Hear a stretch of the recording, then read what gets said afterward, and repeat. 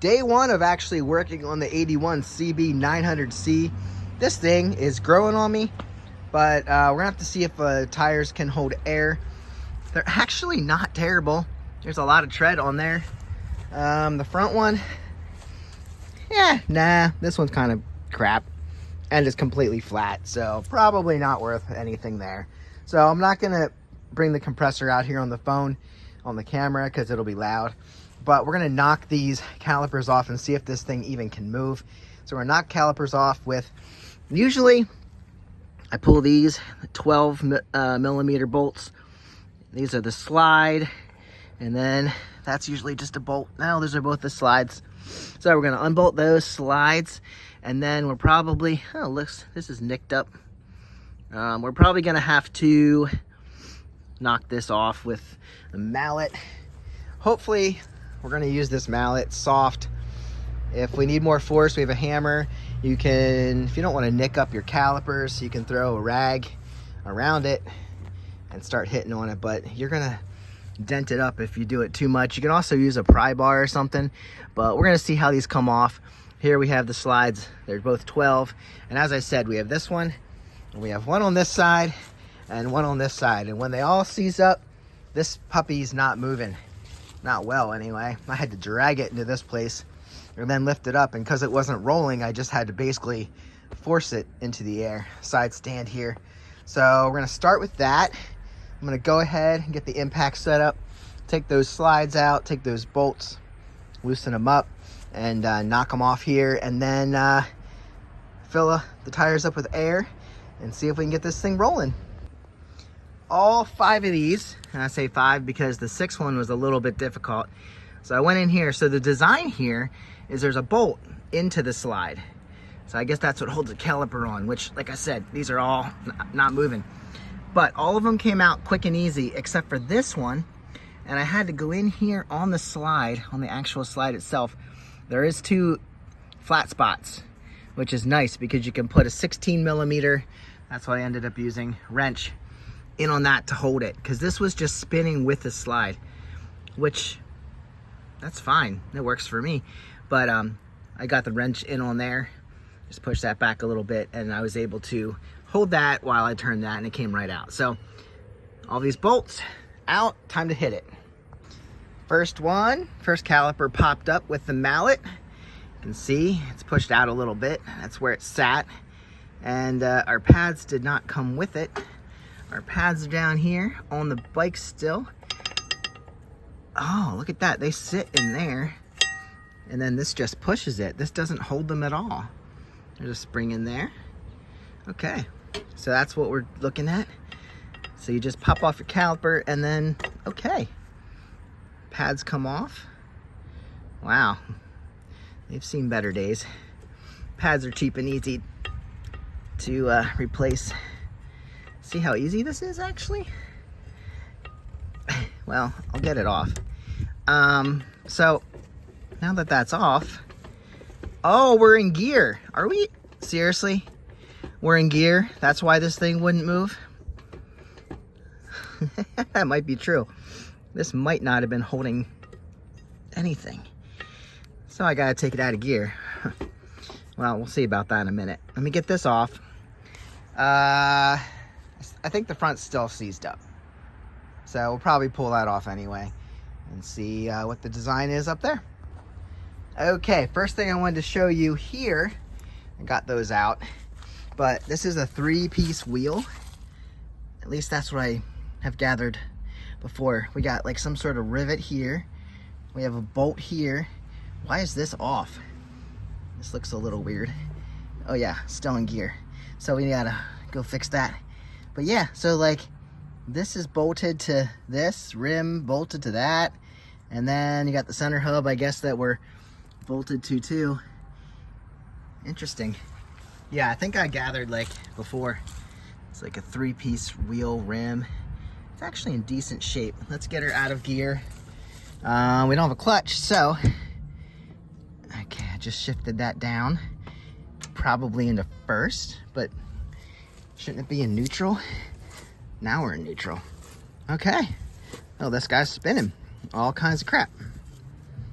Okay, Yeah, that's... All right, so the rear wheel's spinning. Good. That's good. And then we have this caliper off, looking rough.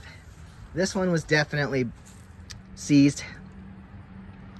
That's not gonna work. Looks a little sweaty, like it needs... It's probably leaking. Or maybe that's just leaking down from the shock here. Yeah, these are Bike Master. They're a little junky. They're good pads though. I don't know. I don't think I'd use them again. I think they're all the same. They look similar. They look very similar. This thing didn't have great stopping power because 1981. This one was seized. Doesn't look leaky. But there we go. Every pad is off. And yeah, so the calipers, they all look the same. They might be the same front and rear. And then, of course, hydraulics up front. And then there would be hydraulic in the rear by that pedal, the dirty pedal. And not only the rear one does one and the front one does two. And some of the Gold Wings linked their brakes where you'd use the front and it would give a little bit to the rear. And yeah, it was a crazy setup, but it worked, I guess. So now, like I said, let's go put air in the tires. Now that I can get to this filler, there we go. All right, so I should check the pressure, just see what's in there, and then we'll fill it up and we can probably push this around. And then I guess we'll take the tank off, and if I can push this around, I can put it inside, and then we can pull the carburetors. Well, the front obviously has no pounds, but the rear has 10. Sitting here for 5 years, so I'm gonna fill this up. See what happens with the front. Oh, instant gratification. Instant gratification. She's lifting. Beautiful. Ding. Now, question is, I don't hear any obvious leaks. Perfect. I got 40 pounds in both wheels. So I think this puppy will roll. We just gotta keep the calipers out of the way when we do it. I can pull these out of here and then throw these up over the front fender and move this thing around. I should hit it with the hose before I take it in the shop though.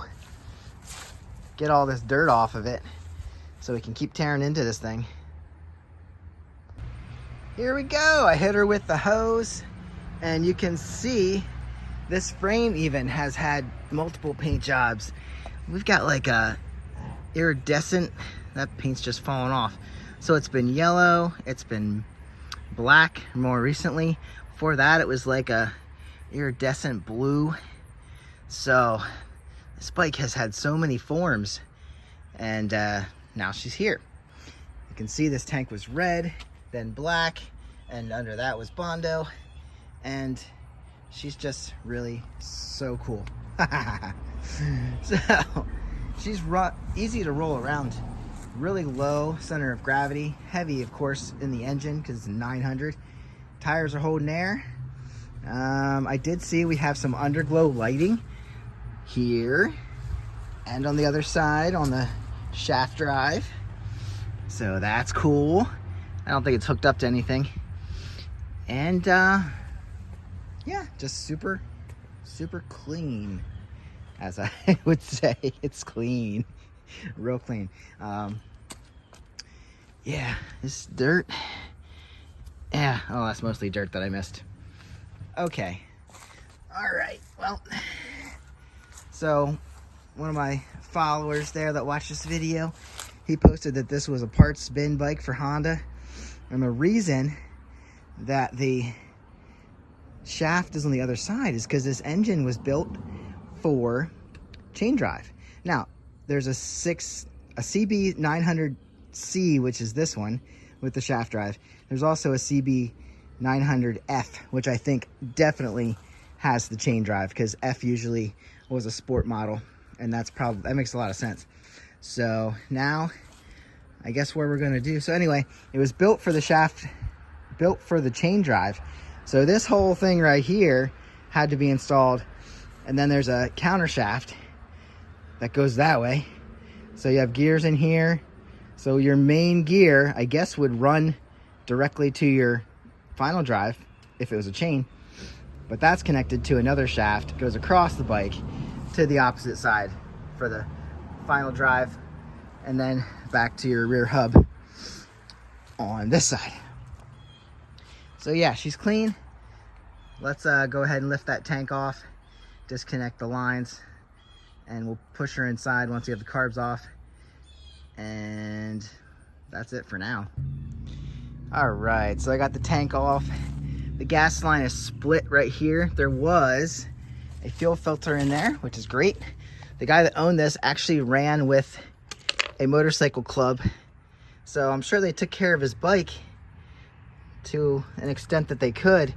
I hit this with the with the hose, and I flipped it over, and this piece fell out. So it must be Bondo. And then, so yeah, there is something in the tank. I think it fell off of this. So the tank inside might be clean for as bad as it looks out here. Once you fix that tank and the brakes, this bike would be pretty sweet. I could make that tank look good from the outside. If it's not leaking, I don't know, we could do something with that. Maybe, I don't know. But here is the giant engine now that we get to see it. It's really cool to just like, man, 900cc engine here on this CB900C. It's pretty cool, pretty great to see. And I think I'm gonna let this dry in the sun before I rip the carbs out. And obviously it's been sitting too long to just try and put gas to it, right? The battery, I think, is a 14. I will have to find one. Just make sure we have both battery cables here. This is all intact. Good. Yep, okay. There's the negative, and this is the positive. So, well, we could put a battery in it. Maybe I should grab one. But for now, this is what we got. I think that's it for today. I got other jobs to do, so I'm going to move on to them. The seat's chilling over there. Like I said, a little rough, but who cares? And the seat is actually held on by bolts. You'd put the bolts in here. So yeah, I'm gonna let this dry. Here you can see everything you want. There's an air box. We have an air box, guys. A lot of times people rip them off and put pod filters on, but this guy knew that was a dumb idea, so he didn't. Those are just metal covers that's a little loose.